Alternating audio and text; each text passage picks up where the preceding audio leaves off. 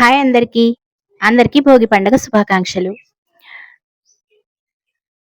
'Rama loves Sita' మూడో భాగంతో మళ్ళీ మీ ముందుకొచ్చేసాను. నేను స్వరాలి. స్టోరీ కనుక నచ్చినట్లయితే ప్లీజ్ లైక్ చేసి సపోర్ట్ చేయండి. అలాగే ఛానెల్‌ని సబ్స్క్రైబ్ చేసుకోవడం, కామెంట్ చేయడం అస్సలు మర్చిపోకండి. ఓకే. ఇక లేట్ చేయకుండా మనం మన స్టోరీలోకి వెళ్ళిపోదాం. శిల్ప సీతో ఫోటో చించేసిన తర్వాత అసహనంగా బెడ్ మీద కూర్చుంది. ఇంతలో ఆమె మొబైల్ రింగ్ అయింది. ఎవరా అని తీసి చూస్తే ఆమె తల్లి గాయత్రి ఆమెకు ఫోన్ చేస్తోంది. ఆ ఫోన్ కాల్ చూడగానే శిల్పకి మరింత చిరాగ్గా అనిపించింది. వాళ్ళమ్మ ఎందుకు తనకు ఫోన్ చేస్తుందో తను ఊహించగలదు. అందుకే ఆ చిరాకు. అబ్బా! ఈవిడ పొద్దున్నే మొదలుపెట్టిందిరా దేవుడా! అనుకుంటూ ఫోన్ లిఫ్ట్ చేసి హా అమ్మా చెప్పు అని అన్నది శిల్ప. అసలు నీ మనసులో ఏముంది శిల్ప? అసలు నువ్వేం చేయాలనుకుంటున్నావో నీకైనా అర్థమవుతోందా? నీ లైఫ్ గురించి కనీసం నీకైనా క్లారిటీ ఉందా? అంటూ అవతల వైపు నుంచి కేకలు వేసింది గాయత్రీదేవి. అమ్మా! నువ్వు దేని గురించి మాట్లాడుతున్నావో స్ట్రెయిట్‌గా మాట్లాడు. అంతేకాని ఇట్లా అడ్డదిడ్డంగా మాట్లాడితే నాకేం అర్థమవుతుంది? అన్నది అసహనంగా శిల్ప. నువ్వు ఎన్ని రోజులు ఆఫీస్‌కి మన ఇంటికి రాకుండా అక్కడే ఉంటావు? నువ్వు ఇంకా నీ ఎక్స్ బాయ్ ఫ్రెండ్ గురించే ఆలోచిస్తున్నావా? నీ గురించి నువ్వు ఆలోచించుకోవా? అని కోపంగా అడిగింది గాయత్రీదేవి. అమ్మా! ఇక నువ్వు ఆపుతావా? ఎవరిని పట్టుకొని ఎక్స్ అంటున్నావు? రామ్ నాకు ఎప్పటికీ ఎక్స్ బాయ్ ఫ్రెండ్ కాదు.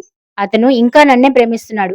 ఎప్పటికైనా నన్నే పెళ్లి చేసుకుంటాడు అని కోపంగా చెప్పింది శిల్ప. అయ్యో పిచ్చి శిల్ప! వాడు నిన్ను మోసం చేశాడే! ఆ విషయం నీకింకా ఎందుకు అర్థం కావడం లేదు? నీ కళ్ళ ముందే వాడు వేరే అమ్మాయితో కనిపించినా ఇంకా నువ్వు వాడినే నమ్ముతున్నావా? నీ పిచ్చికి ప్రేమ అని పేరు పెడుతున్నావా? అని చాలా ఆవేదనగా అన్నది గాయత్రీదేవి.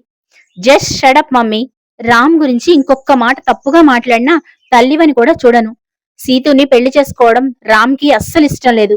అదే మోసం చేసి నా రామ్‌ని పెళ్లి చేసుకుంది. ఇప్పటికీ రామ్ మనసులో నేనే ఉన్నాను. ఎప్పటికైనా రామ్ నన్నే పెళ్లి చేసుకుంటాడు. దాన్ని ఎవ్వరూ మార్చలేరు. నువ్వు నా జీవితం గురించి ఎక్కువగా బాధపడకు. నేను దాన్ని చక్కదిద్దుకుంటాను. నేను ఖచ్చితంగా రామ్‌నే పెళ్లి చేసుకుంటాను అని తల్లికి భరోసా ఇచ్చింది శిల్ప. అతనిని గుడ్డిగా నమ్మి నిన్ను నువ్వు మోసం చేసుకుంటున్నావు శిల్ప. అతను సీతూతో సంతోషంగా ఉన్నాడు అన్నది గాయత్రీదేవి. నువ్వు చెప్పేది అబద్ధమని ప్రూవ్ చేస్తానమ్మా నేను. రామ్ తిరిగి నా దగ్గరికి వచ్చేదాకా నేను వేరే ఏ పని పెట్టుకోను. నా జీవిత లక్ష్యం రామ్‌ని పెళ్లి చేసుకోవడం. రామ్‌ని పెళ్లి చేసుకున్న తర్వాతనే మళ్ళీ నీ దగ్గరికి వస్తాను అని ఖచ్చితంగా చెప్పింది శిల్ప.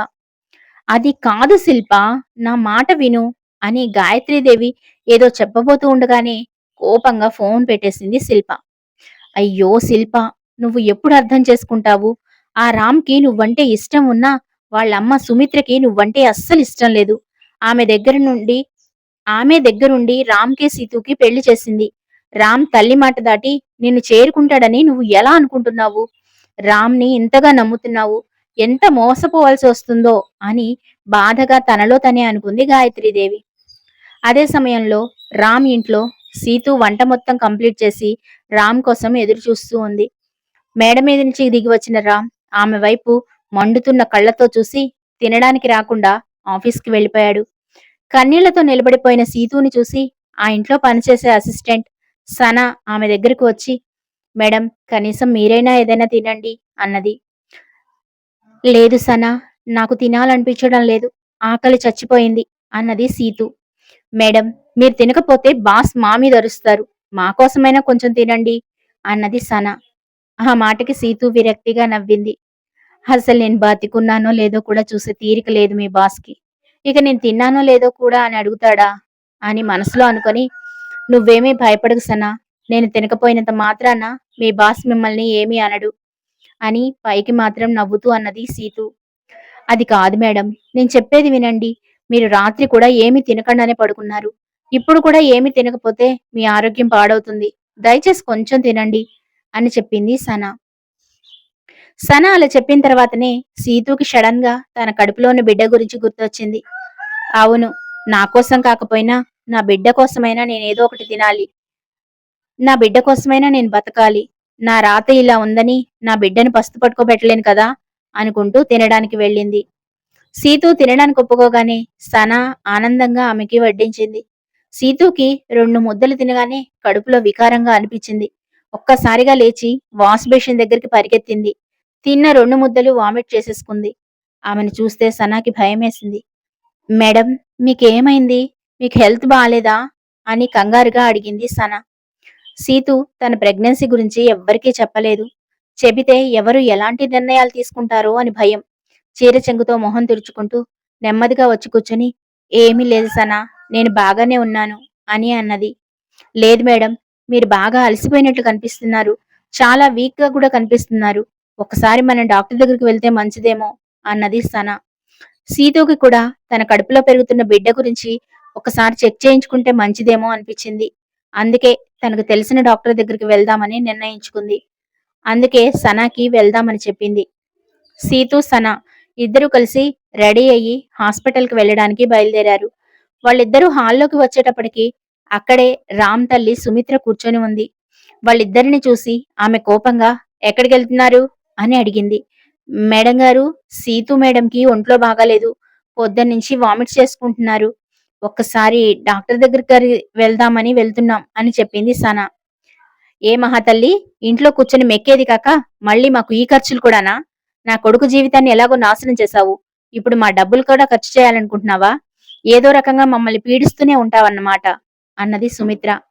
ఆమె మాటలకు ఏం సమాధానం చెప్పాలో అర్థం కాక ఇద్దరూ అలాగే నిలబడిపోయారు. మళ్ళీ సుమిత్రాదేవే, వెళ్ళు తల్లి వెళ్ళు. వెళ్ళు, కాసేపైనా నీ మొహం చూసే బాధ మాకు తప్పుతుంది. కనీసం కొద్దిసేపైనా ఈ ఇల్లు ప్రశాంతంగా ఉంటుంది అని చిరాగ్గా మొహం పెట్టి అన్నది సుమిత్రాదేవి. ఆ తర్వాత సీతు, సన ఇద్దరు కలిసి కారులో హాస్పిటల్‌కి బయలుదేరారు. అదే సమయంలో కోపంగా ఇంటి నుంచి బయలుదేరిన రామ్ ఆఫీస్‌లోకి అడుగుపెట్టాడు. అతను లోపలికి రాగానే అందరూ లేచి నిలబడి అతనిని విష్ చేశారు. అతను అందరినీ పరిశీలనగా చూసి, షీలా ఇంకా రాలేదా అని గంభీరంగా అడిగాడు.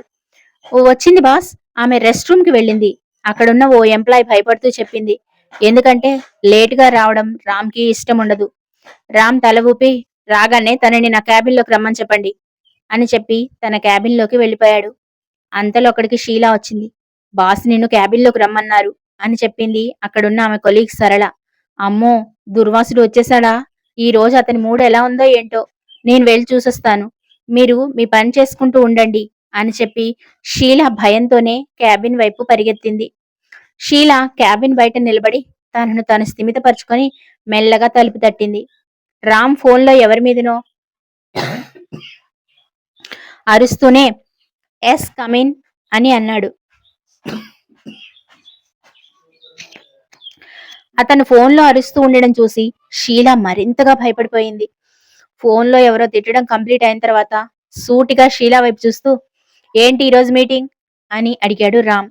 హరి భగవంతుడా, 8 గంటలకు మీటింగ్ అని చెప్పి 9 గంటలకు వచ్చాడు. ఇప్పుడు వచ్చి మీటింగ్ ఏంటి అని అడుగుతున్నాడు.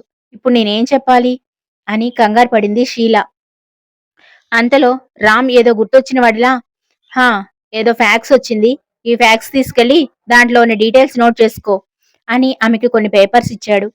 షీలా ఆ పేపర్లు తీసుకుని బయటకొస్తూ ఉండగా ఆమెకు ఆఫీసులోకి శిల్ప వస్తూ ఎదురైంది.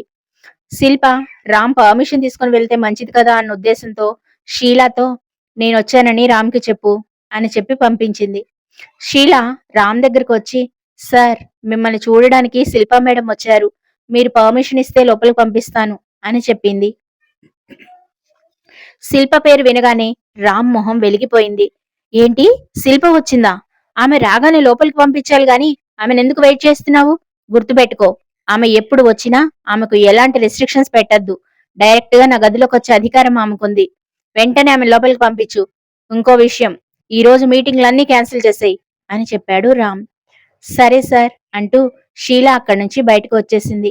మిస్ అయిన మీటింగ్స్ అన్నీ క్యాన్సిల్ చేయడం ఏంటి నా బొంద? అయినా ఇది నా మంచిగా జరిగిందిలే. బాస్కి ఇక నన్ను తిట్టే అవకాశం లేదు అని మనసులోనే అనుకుంది షీలా. షీలా శిల్ప దగ్గరికి వెళ్లి, బాస్ మిమ్మల్ని లోపలికి రమ్మంటున్నారు మేడం అని చెప్పింది.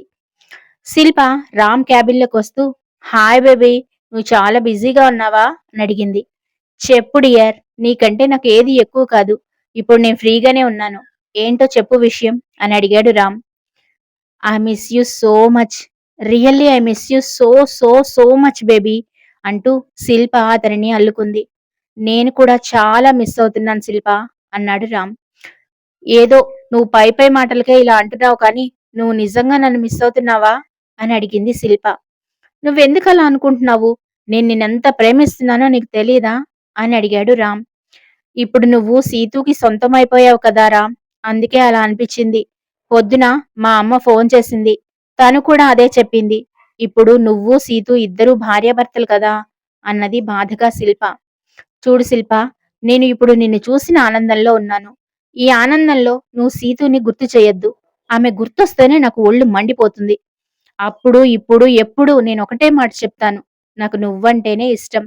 నాకు నువ్వు మాత్రమే కావాలి అంటూ ఆమెని దగ్గరికి తీసుకున్నాడు రామ్. అది విన్నాక శిల్పకి ఎక్కడలేని ధైర్యం వచ్చింది. ఆమెకు చాలా సంతోషంగా అనిపించింది. రామ్ నావాడే. ఇక మమ్మల్ని ఎవ్వరూ వేరు చేయలేరు అని మనసులో అనుకుంది శిల్ప. ఎంత తొందరగా వీలైతే అంత తొందరగా ఆమెకి విడాకులు ఇచ్చేయి రామ్. నిన్ను విడిచి నేనుండలేకపోతున్నాను.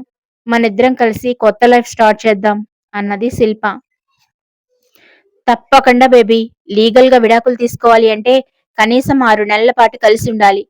ఈ 6 నెలలు ఆమెని నేను భరించాలి. తప్పదు. కానీ ఆమెను కనీసం నా దరిదాపుల్లో కూడా రానివ్వను. ఈ 6 నెలల తర్వాత ఒక్క నిమిషం కూడా ఆమెతో కలిసి ఉండను అని నమ్మకంగా చెప్పాడు రామ్. రామ్ చెప్పిన మాటలు శిల్ప మనసులో కొత్త ఆశలు రేపాయి. కానీ ఏదో అనుమానం ఆమెను తొలిచేస్తూ ఉంటే మౌనంగా ఉండిపోయింది. ఏంటి? నా మీద నమ్మకం కలగడం లేదా? అన్నాడు రామ్. ఆ మాట అతను పూర్తిగా అనకముందే అతని నోటిపై ఆమె చెయ్యి వేసి, నిన్ను నమ్మకపోతే నన్ను నేను నమ్మనట్టే రామ్ అన్నది శిల్ప. నోరు ముయ్యాలి అంటే ఇది కాదు పద్ధతి అంటూ ఆమె పెదాల్ని తన పెదాలతో ముడివేశాడు రామ్. శిల్ప కూడా అతనికి సహకరించడంతో వదిలిపెడితే ఎక్కడ దూరమైపోతుందో అనే కోరికతో తన ముద్దులో గాఢతని పెంచాడు రామ్. ఆమె అతని వేగాన్ని తట్టుకోలేక అక్కడున్న టేబుల్‌ని బ్యాలెన్స్ కోసం పట్టుకుంది. ఆమె పట్టుకున్న ఫోర్స్‌కి టేబుల్ పైన వస్తువులన్నీ చిందరవందరగా పడిపోయాయి. కొద్దిసేపటి తర్వాత రామ్ ఆమెని విడిచిపెట్టాడు.